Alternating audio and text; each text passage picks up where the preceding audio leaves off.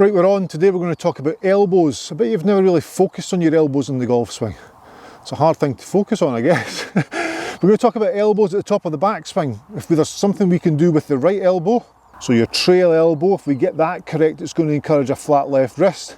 It's also going to assist with flattening the plane of the golf swing, which means more power. If we can get this in, it's a power move, an elbow power move. Who doesn't want that?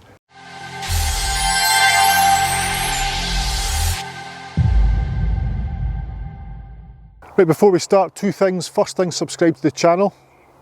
Done it? Good, thank you. Second thing, today's video is brought to you from Dead Aim Ball Marker. The Dead Aim Ball Marker, look at that little funky thing. The Dead Aim Ball Marker gives you 9 lines you can start your ball on when you're putting. So once you've marked your ball, you can choose one of the 9 lines from behind. So you go behind, choose one of your 9 lines. It's great to have 9 options.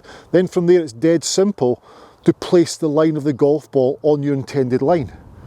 So there's always an option. You've always got the right line. As soon as you put the ball marker down, if it's slightly right to left, you just place it slightly right of the hole. Then from there you can go behind and assess it. You've got 9 options. You place the line of your golf ball directly from above, exactly in line with one of the prongs, or exactly in between the prongs. And then you know you've got the intended start line. From there, you just have to get your club face square to that line on your golf ball and hit it. It's dead simple. Dead Aim Ball Marker. There's a promo code I'm going to put on the screen right now.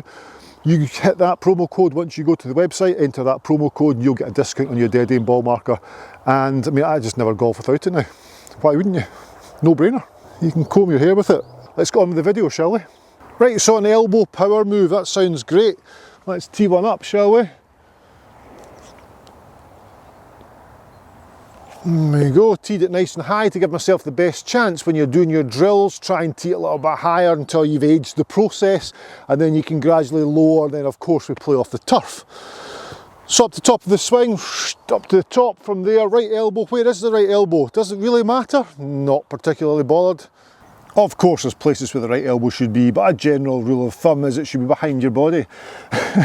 An arm position from your right arm at the top, we don't want to get it too far out this way. We want to make sure the forearm is kind of up and down, vertical if you like. We don't want it to be too horizontal. Apart from that, we're good.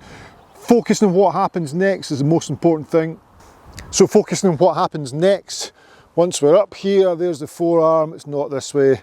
Not too far that way, there is a slight angle. But we want this right elbow, wherever that is in space, we want that from this position here, the top of your backswing. The first thing to think about to get power in this golf swing, to help flatten the left wrist, to help lower the club plane on the way down instead of standing the club up. So lowering the club down the plane to be able to come down on a flatter plane.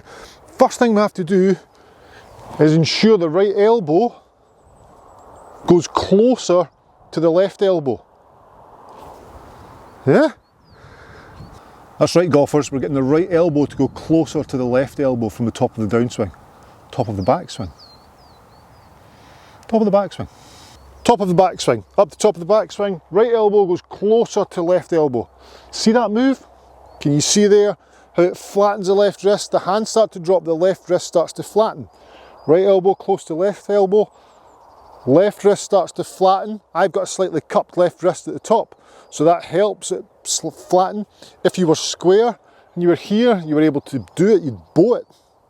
Club the left wrist would bow.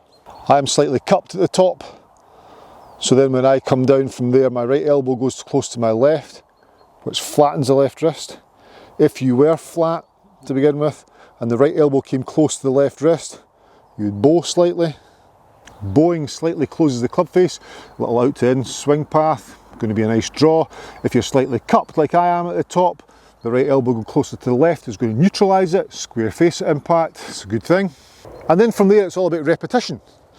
So up to the top, there, to the top, there, but make that one move. So up to the top and there. So now make that the feeling the top of the backswing. So we've got to the top and then we've done that, but try and make that feel as though it's the top of the backswing. So I'll say top when I feel as though I'm at the top of my backswing, but I have already started slightly further down. So top, top, top. I can feel as though there my right elbow's gone closer to my left elbow, and then from there I'm turning back through and hitting golf ball. Now there's top of swing.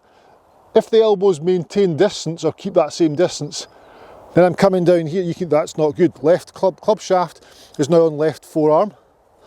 If I'm up there, top club shaft as I come down will be on right forearm, attacking the club ball, more from inside to outside, from there, hitting golf ball. Now that is power. That is a power move. It's not hard to do. It's not hard to get that motion. It's tricky when hitting the golf ball, obviously, which is why we tee the ball up, but it's not a hard motion to do. We can get this. You just got to think about, once we get to the top, before we stop, or before the transition, feel the flow, flow, flow, flow, flow, flow, flow, right elbow near left. Flow, flow, flow, right elbow near left. Nice flow to the top, but try and keep it all going. Don't make it wooden, don't make it too bitty. It has to flow. It has to flow right to the top. We have to get up to the top. Right elbow in. There. So nice flow. Flow. Flow. Feel it. We don't get there and then think, okay, I need to get from here, need to get to here, to here, to there. It's not going to happen. It has to flow. Up to the top. Right elbow close to left. There. Feel the flow. See the draw. That was good. That felt great. I'm sure it sounded good. Tee a little bit lower this time. Again, feeling the flow, right elbow to left. Right elbow to left. Right elbow to left. Feeling that flow, right elbow to left. Again, poured it again. Can really feel that, that's good.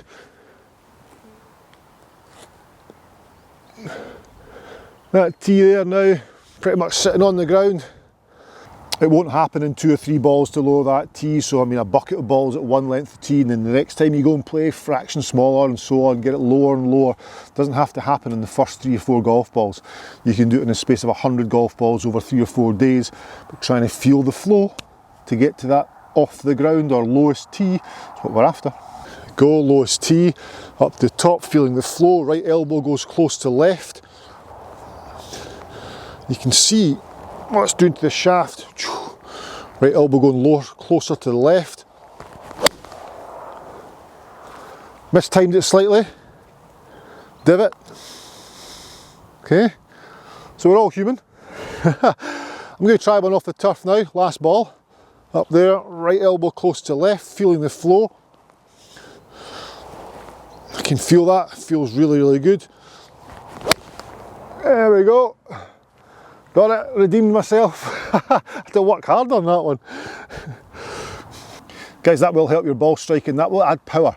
As I say, it's going to flatten left wrist. It's going to encourage the angle of the shaft to be on a flatter plane coming into impact. The whole swing plane is going to be flatter, obviously. And the pass should be a little bit more in to out. You'll feel more connected at impact as well because the right elbow is speaking to the right hip now.